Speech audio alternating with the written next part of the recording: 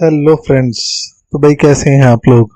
तो आज एक बहुत बढ़िया सा कंपैरिजन लेके आए हैं हम लोग कि भाई डीएलएड करना चाहिए हमें या बीएड करना चाहिए। तो काफी सारे लोगों को इस चीज पे डाउट रहता है कि हम लोग डीएलएड करेंगे तो अच्छी ऑप्शंस हैं या बीएड करेंगे तो अच्छे ऑप्शंस। तो आज इसी चीज को डिस्कस करते हैं। आगे बढ़ने से पहले आपको बताना चाहेंगे हम लोग हरियाणा में डीएलएड और बीएड दोनों के एडमिशंस करवाते हैं, वो भी बिल्कुल मिनिमम फीस के ऊपर। अगर आप चाहें तो हम लोगों से कॉन्टेक्ट कर सकते हैं अपने एडमिशंस को लेकर। तो आगे चलते हैं और समझते हैं कि 2024 में बीएड करें या डीएलएड करें, क्या करना हमें जो है वो फायदेमंद रहेगा और जो हमें फ्यूचर में फायदा देगा। तो सबसे पहले डीएलएड की बात करते हैं। जो डीएलएड बच्चे पढ़ते हैं वो लोग एलिजिबल होते हैं 1st to 5th क्लास तक के लिए। जो वैकेंसीज आएंगी आप 1st to 5th तक के टीचर्स बन सकते हैं और इसके लिए जो सीटेट है उसका पेपर 1 हमें जो है वो क्लियर करना होता है। आगे चलते हैं। जो स्टूडेंट्स बीएड करते हैं, बीएड के लिए जो ऑप्शंस हैं वो है 6th to 8th क्लास तक के स्टूडेंट्स के लिए कि जो भी वैकेंसीज आएंगे 6 to 8 तक के टीचर्स के लिए, उनके अंदर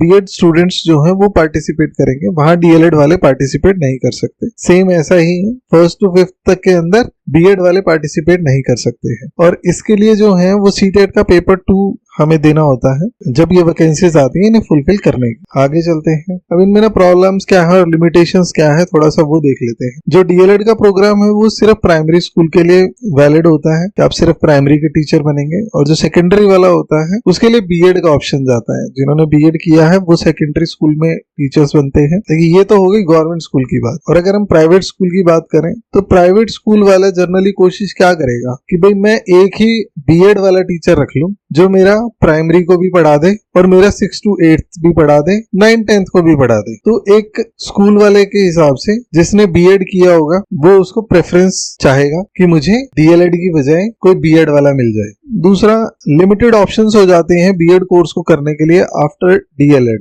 मींस कि भाई आपने डीएलएड कर लिया और आपकी किस्मत अच्छी रही, जल्दी ही आपको नौकरी भी मिल गई। अब नौकरी में काम करते हुए ना आप लोग बीएड नहीं कर पाएंगे, या ये कहें कि बड़ा मुश्किल है वहां पे बीएड करना। फिर उसका रीजन क्या है कि जब आप सर्विस में होते हैं तो 2 साल का प्रोग्राम अगर आपको बीएड करना है तो 2 साल की आपको छुट्टी लेनी पड़ती है अपने डिपार्टमेंट से, जो कि डिपार्टमेंट्स और आपके सीनियर्स बिल्कुल नहीं चाहते हैं छुट्टी देना। ठीक है, या तो आप नॉन पेड लीव जाइए, ठीक है, कि भैया मेरे को ना सैलरी चाहिए ना कुछ चाहिए, मुझे 2 साल की छुट्टी दे दो। और वो भी तब कर सकते हैं जब आप कुछ टाइम नौकरी कर लें, ठीक है, तभी आप ये सब चीजें अप्लाई कर सकते हैं। तो ये भी एक प्रॉब्लम रहती है इसके साथ में। तो यहाँ पे भी हम यही कहेंगे कि यार बीएड कोर्स करना ज्यादा बेनिफिशियल होता है। दूसरा, जो ग्रोथ के चांसेस हैं वो बीएड कोर्स में थोड़े से ज्यादा होते हैं। क्यों? यहाँ पे आप ऑलरेडी ग्रेजुएशन कर चुके होते हैं और डिस्टेंस पे भी अगर आप मास्टर्स वगैरह कर लेते हैं तो आप 9th 10th 11th 12th आराम से आप पढ़ा सकते हैं, कोई दिक्कत नहीं आती है। उसके बाद सैलरी का डिफरेंस आता है, तो जाहिर सी बात है कि जो प्राइमरी के टीचर्स होंगे उनकी सैलरी भी कम होगी और जो सेकेंडरी या सीनियर सेकेंडरी के टीचर्स होंगे उनकी सैलरी ज्यादा होगी। अब इसके बाद आता है कि जो प्रमोशंस होती हैं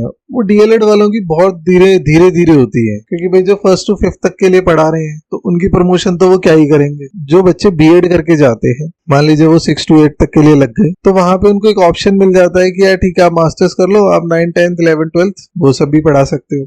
प्लस जो बच्चा बीएड करके जाता है उसको जो छोटे कॉलेजेस हैं या इंस्टीट्यूशंस हैं वहां पे भी लेक्चरशिप के लिए अप्लाई वो कर सकता है, क्योंकि हरियाणा में ही हमने देखा है कि बहुत सारे कॉलेजेस ऐसे हैं जिनके अंदर वहीं के लोकल बच्चे जो पढ़ने में अच्छे थे, जिन्होंने बीएड में अच्छा परसेंटेज लिया है, उन्हीं को उन्होंने अपने कॉलेज में हायर कर लिया है। तो ये भी एक प्लस पॉइंट है। वहां पे उनको कोई सीटेट वगैरह की कोई रिक्वायरमेंट नहीं होती है, वो ऐसे ही अपने पास बीएड वाले बच्चों को रख लेते हैं। तो इन सब चीजों को देखते हुए ना जो हमारी पर्सनल ओपिनियन है उसमें बीएड करना ज्यादा बेनिफिशियल है डीएलएड करने से। बाकी आप समझदार हैं, आप अपने तरफ से देख सकते हैं, सोच सकते हैं कि भाई क्या करना जो है वो हमारे लिए ज्यादा बेनिफिट देगा और कहाँ हमें ज्यादा वैकेंसीज दिख रही हैं। तो आज की वीडियो में इतना ही। होप ये वीडियो आपको पसंद आया होगा। अगर अच्छा लगा हो तो लाइक करें, शेयर करें अपने दोस्तों के साथ जो बीएड और डीएलएड करने में कंफ्यूज है। हो सकता है शायद उनको इससे कुछ बेनिफिट हो। अगर आप हमारी किसी बात से असहमत हैं तो आप हमें कमेंट सेक्शन में बता सकते हैं, हम उसे ठीक करने की कोशिश करेंगे। जल्दी ही मिलते हैं दूसरी वीडियो में नए टॉपिक्स के साथ में। Thank you.